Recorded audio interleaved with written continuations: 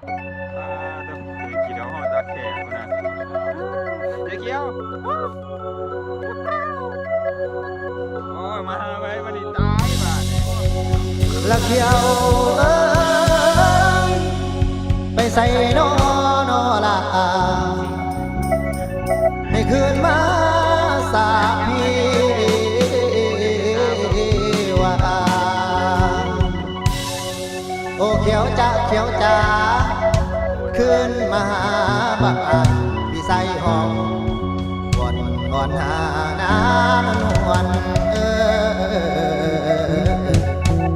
คนงามเอ่ยคนงามเอ่ย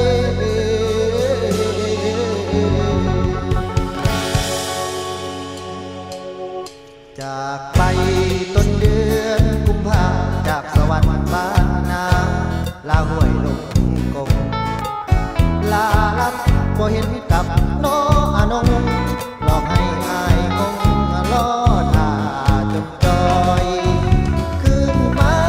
หาอายสาระไอเตรียมไว้ท่าทั้งแหวนมันแหวนพ่อยบ่ได้เที่ยวมาเป็นแม่ทำน้อยชีวิตคอยคือสิมอยละแม่นตายกลับมาเสดอเขียวเด้อเจ้าอย่าไปเด้อบ้านเพิ่นเด้อถึงเขียวนามสกุลปื้อปื้อสีดำคือมืออายก็หักคือเก่าเจ๊เกียวมาเด้อเขียวเอ้ยมาสวรรค์บ้านเฮาพี่ลาโอ้ยมาไว้วันนี้ตายบ้านนี่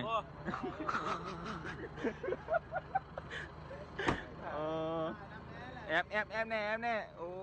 จะแม่นงามเนาะ